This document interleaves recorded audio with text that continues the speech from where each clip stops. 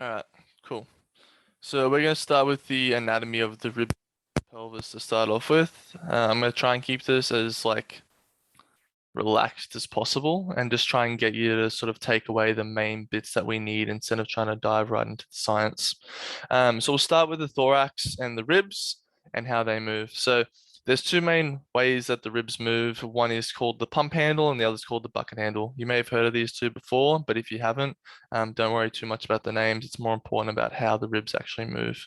So with the thorax, the pump handle motion, as you can see on this sort of top left slide over here, it is just showing the pump handle moving up and down, which is exactly what the thorax is going to do when we breathe. So the bucket handle is a little bit different and it looks like a bucket handle swinging side to side.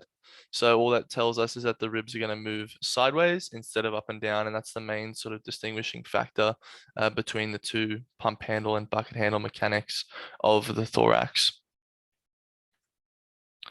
So what does this look like with the rib cage when we actually breathe?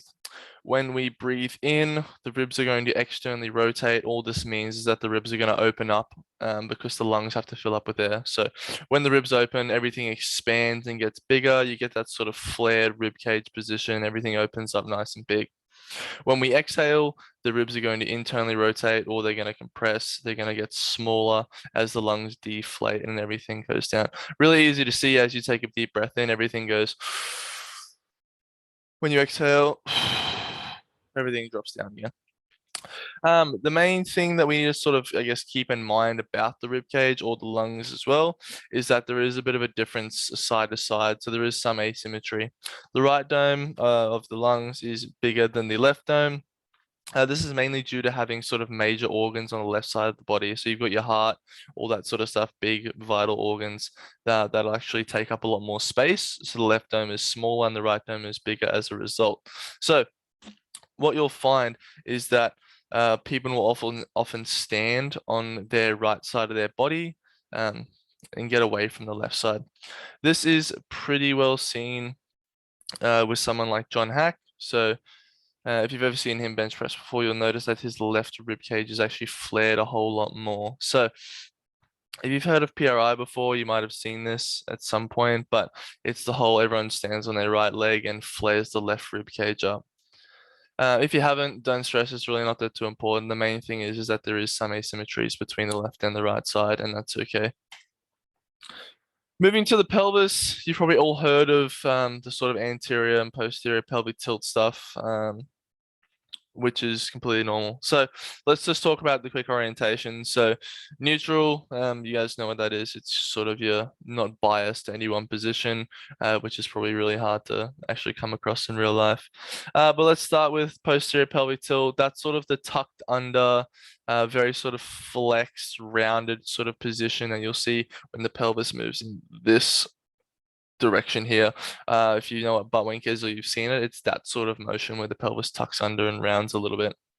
The anterior pelvic tilt is the complete opposite. It's that duck butt. It's the one where your sort of butt sticks out a little bit. You get that sort of lordotic and curved lower back where the pelvis sticks out this way.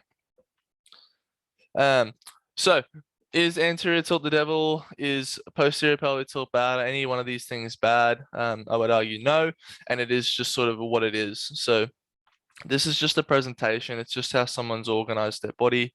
It just tells you like sort of where they are in space, how they're managing things. It can give you an idea of sort of, I guess, what biases they use to sort of get out of positions or get into positions. Does everyone have anterior pelvic tilt? No, definitely not. Not everyone is the same. You guys probably all know that as well. And would you ever cue it or need it? Most definitely. So again, depending on where someone is right now and where we need them to be, we might cue anterior pelvic tilt or we might cue posterior pelvic tilt. It just depends on the person and what exercise we're doing, what we're trying to get out of that. So if we take a look at breathing as a total body view, like what happens at both the rib cage and the pelvis when we breathe, this is where it gets really interesting and where you can start to relate it a bit more to squatting. So as touched on earlier, the pelvic diaphragms should be aligned to breathe deeply and get proper rib cage and pelvic movement. This is called the stack, and we'll get into that in just a second.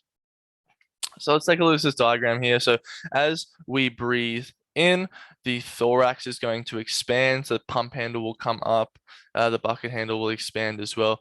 Everything's going to fill up with air, so the lungs are going to get bigger, the ribs are going to puff up and flare and get externally rotated.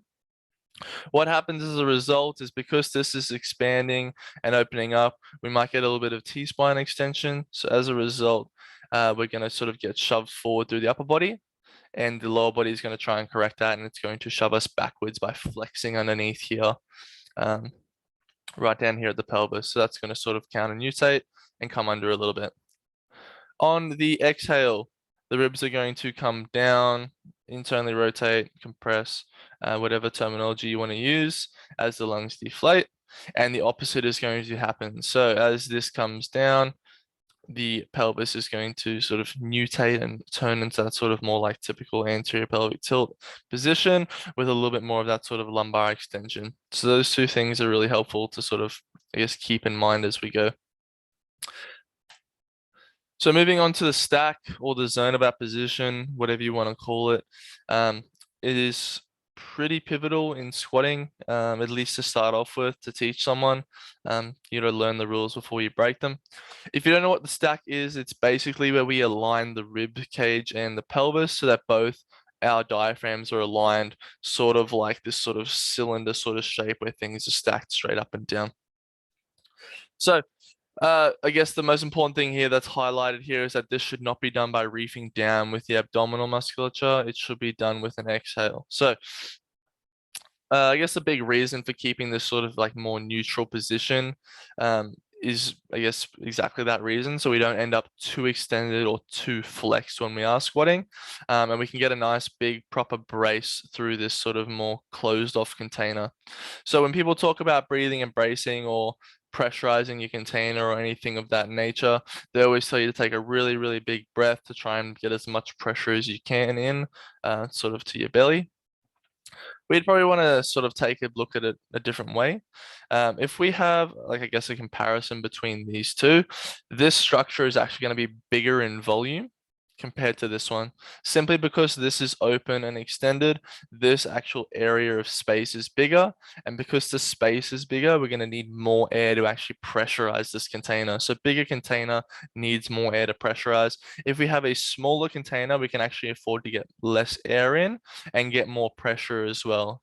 So if you think about a balloon, say it's, I don't know, a 2-liter balloon, if you blow in 1.5 liters of air, that's going to be fairly pressurized. The balloon's almost full. If you have a 3-liter balloon, you blow in 1.5 liters of air, it's only going to be half full, simply because the amount of sort of air you need to fill it up is bigger. So that sort of intra-abdominal pressure that everyone talks about is actually easier to achieve if you actually set the stack first.